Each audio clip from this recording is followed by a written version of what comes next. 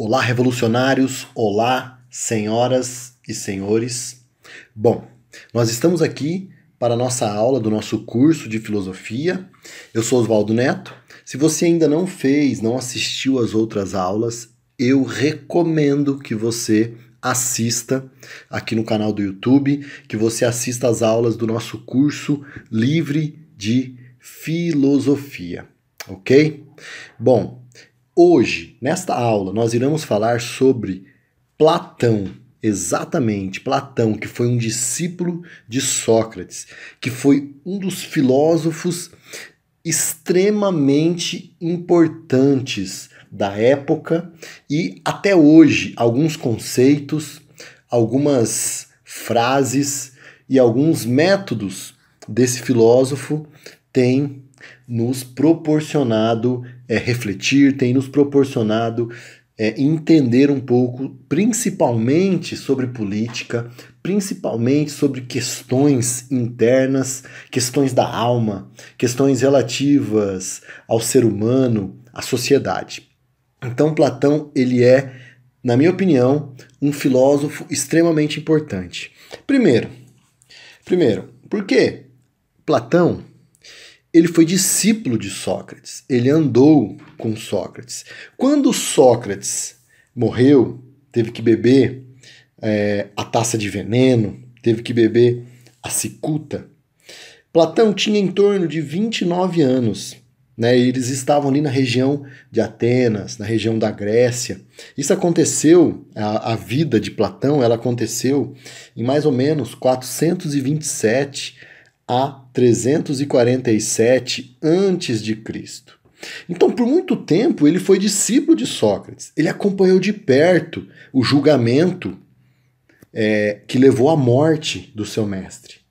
E o fato daquela região, o fato dos gregos de Atenas ter condenado um dos filósofos mais importantes da época, que estava causando uma verdadeira revolução, assim como eu e você queremos e precisamos causar uma revolução no pensamento. Assim, ele era Sócrates.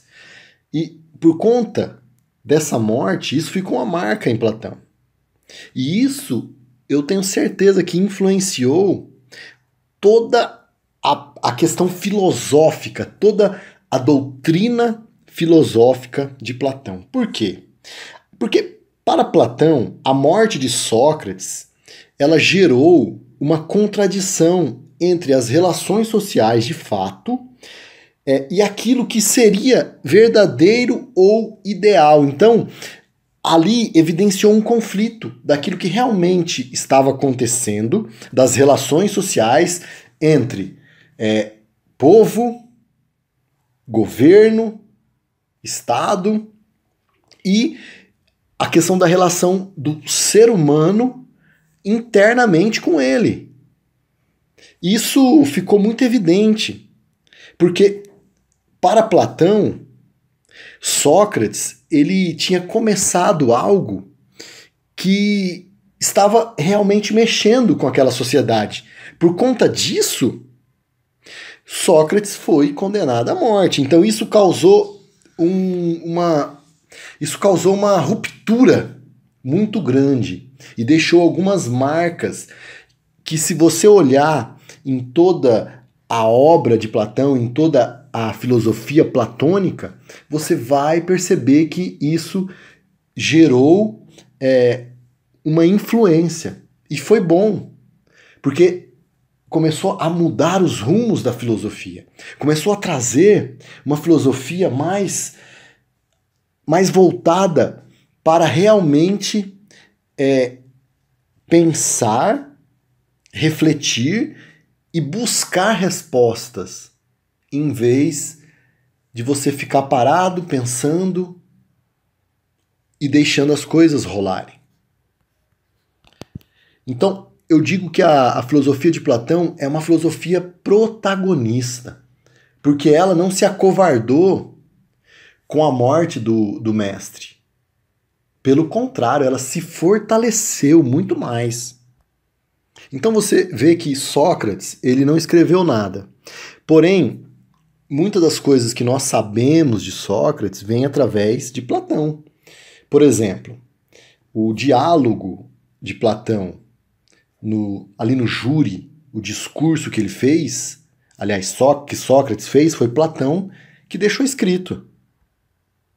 E essa preservação de materiais, essa, digamos assim, estruturação, principalmente dos pensamentos, mas de uma forma física mesmo, de escrita ali, foi por conta de Platão ele ter criado ali na região a academia, né, muito famosa, a Academia de Platão. Então ele criou realmente uma academia, um lugar onde as pessoas iam ali para estudar filosofia, para entender filosofia, entender matemática, e muito mais do que estudar, muito mais do que ficar sentado. Platão ele tem uma característica muito forte que é a questão do diálogo. Ele gostava de promover o diálogo. Tanto é que tudo que ele escreve, você vê que é escrito em forma de diálogo. Uma das características marcantes de Platão é que ele estudava a relação entre aquilo que é eterno e imutável por aquilo que flui. Então, assim como os pré-socráticos, os filósofos da natureza, Platão também questionava essa fluidez da vida, certo? Principalmente questões relacionadas à eternidade, à imutabilidade. Porém, então quando surgiu Sócrates, até certo ponto contradizendo, ou melhor, vendo de uma outra forma a questão dos preceitos da natureza, ao contrário dos sofistas, dos filósofos da natureza, que tentavam entender os acontecimentos, Sócrates e, consequentemente, Platão, eles começam a buscar uma visão mais do ser humano e das relações sociais, das relações do ser humano com os outros seres humanos, da vida em comunidade. Então, para a filosofia de Platão, a percepção dele era que a realidade, aquilo que nós julgamos ser real, se dividia em duas partes. Primeiro seria o mundo dos sentidos, o qual somente podemos abordar de forma aproximada por meio de um conhecimento imperfeito, por recorrermos para isso aos 5 sentidos. Então, aquilo que nós recebemos de estímulos através dos 5 sentidos, da nossa percepção, depois desaparecessem. Já no mundo das ideias, ao qual temos acesso por meio da razão, chegando à verdade real. Esse mundo das ideias não pode ser alcançado pelos sentidos. Em compensação, as ideias ou as formas, elas são eternas e imutáveis. Então, para Platão, o homem, ele era dual. Nós possuímos um corpo que flui e está intrinsecamente ligada ao mundo dos sentidos e compartilha o mesmo destino de todas as demais coisas. Todos os nossos sentidos estão conectados ao nosso corpo e não são, portanto, dignos de confiança. Então ele dizia que os nossos sentidos eles poderiam nos trair. E aonde que ele diz isso? Eu já vou chegar lá, na grande obra que ele deixou para nós. Ele dizia então que a alma, por outro lado, era imortal. Por quê? Porque a alma ela já existia antes de habitar um corpo. Porque a alma já existia no mundo das ideias. Era como que se a alma ela fosse imortal, ela já existisse no mundo das ideias e ela ficasse presa ao corpo, aonde existem os nossos sentidos. Então, Platão dizia, assim, que todos os fenômenos da natureza não passavam de uma sombra das formas ou ideias eternas. Então era como se fosse uma representação das nossas ideias. Olha só, ele escreveu o mito da caverna, que é uma parábola, que é um mito, uma história que ele que ele usou para ilustrar essa ideia central que ele tinha. Imagine você e alguns habitantes de uma caverna que vocês ficassem de costas para a entrada da caverna e que os seus pés e as suas mãos fossem acorrentadas, de maneira que tudo que vocês conseguissem enxergar é apenas a parede interna da caverna. Então você está amarrado, olhando para a parede da caverna de costas para a entrada.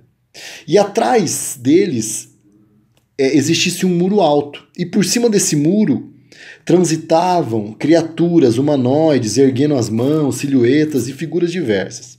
Como há uma fogueira ardendo atrás dessas silhuetas, sombras, elas se projetavam na caverna. Então a única coisa que os prisioneiros da caverna podem ver é esse teatro de sombras que ele bem ilustrou. Então você está ali na caverna, virado de costas para a entrada da caverna, e você só vê o reflexo, a sombra por conta da sombra feita por conta da fogueira e das silhuetas, e aí a única percepção que você tem da realidade é apenas essa sombra, é o teatro de sombras. Agora, imagine, ok, você passa ali anos, talvez a vida toda olhando para essas sombras, você não enxerga realmente a realidade, mas você vê por conta do seu sentido, por conta da sua visão, a sombra. Agora imagine que um prisioneiro tenha conseguido se libertar das correntes. E ele começa a se perguntar de onde vinham todas aquelas sombras da parede. Por fim, ele consegue escapar dali. E o que você acha que acontece quando ele volta e olha para as silhuetas em cima do muro? Primeiramente, ele seria ofuscado pela luz da fogueira, porque ele não estava acostumado com tanta luz.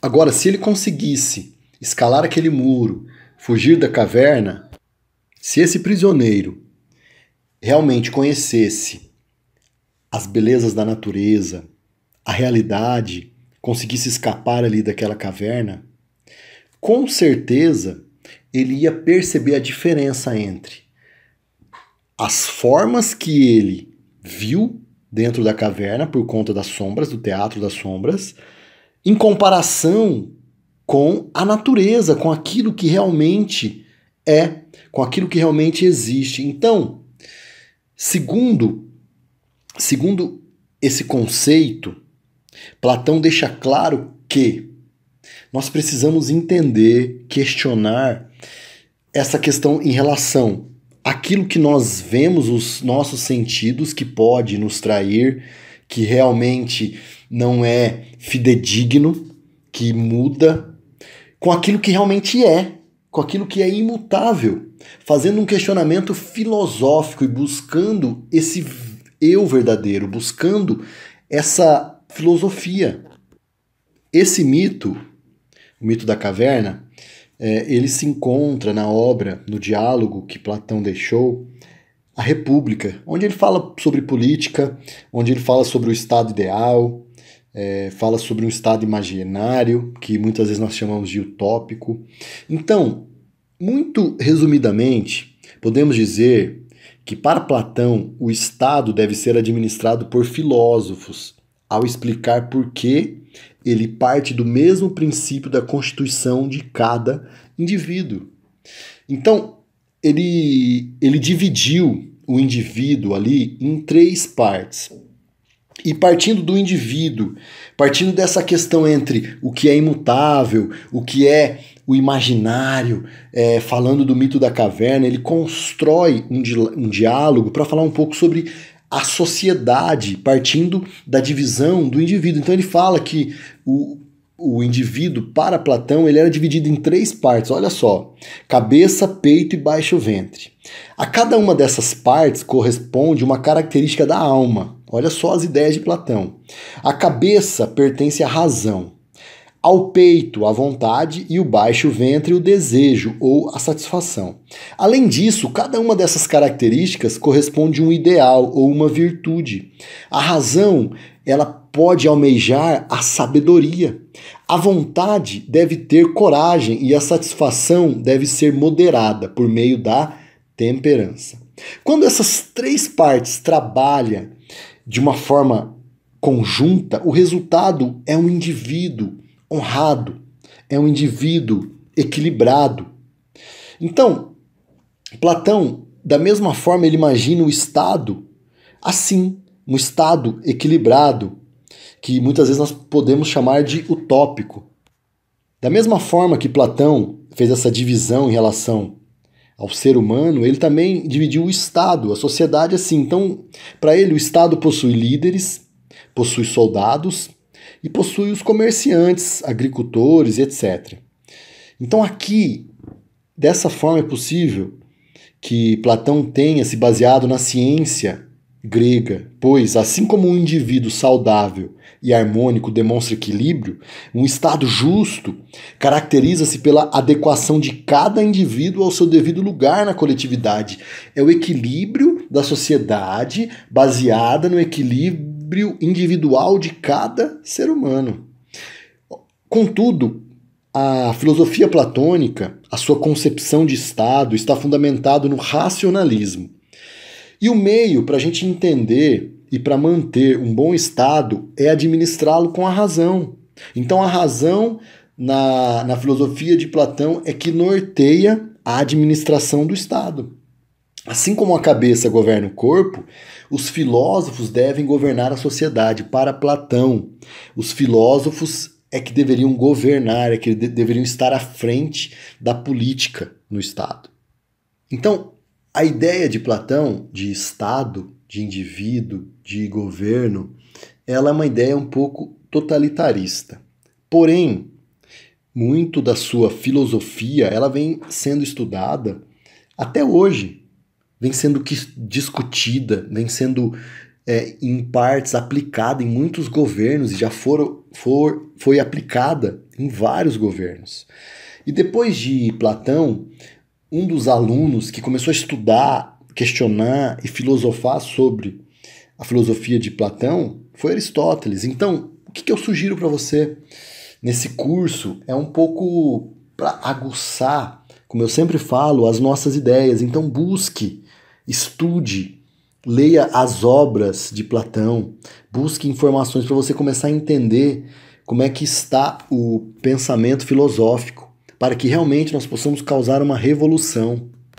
Então, para a gente finalizar essa aula de filosofia sobre Platão, resumindo o que Platão quis deixar, foi justamente essa relação entre o mundo das ideias e a razão, entre as imagens que nós criamos na nossa mente, os conceitos que são criados por conta daquilo que nos é apresentado pelos órgãos dos sentidos, em contrapartida, o mundo das razões. Então, de um lado nós temos o mundo das ideias, de outro lado o mundo da razão, aquilo que vem pela racionalidade, aquilo que vem pelo questionamento, pela investigação,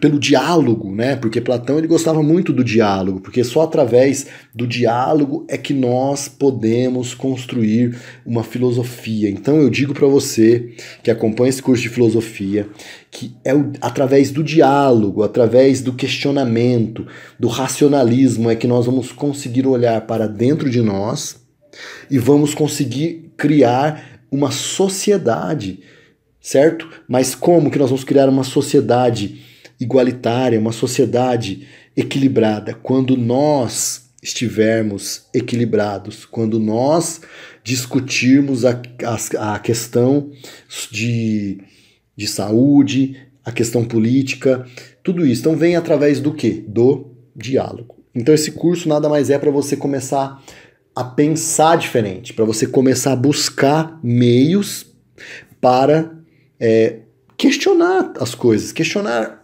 coisas sobre a sua vida, o que precisa mudar, o que precisa ser diferente, sobre a sociedade, sobre onde você vive. Então, deixe o seu comentário aqui para mim, no nosso canal, compartilhe esse vídeo, acompanhe as outras aulas, nós vamos prosseguindo aí, tem muita coisa para estudarmos. Então, eu recomendo que você estude um pouquinho mais sobre as obras de Platão, porque são obras extraordinárias. Você tem a República, que é uma obra maravilhosa. Você tem Apologia de Sócrates, você tem Diálogos. Então, é uma infinidade de obras muito legal. Tem o Banquete.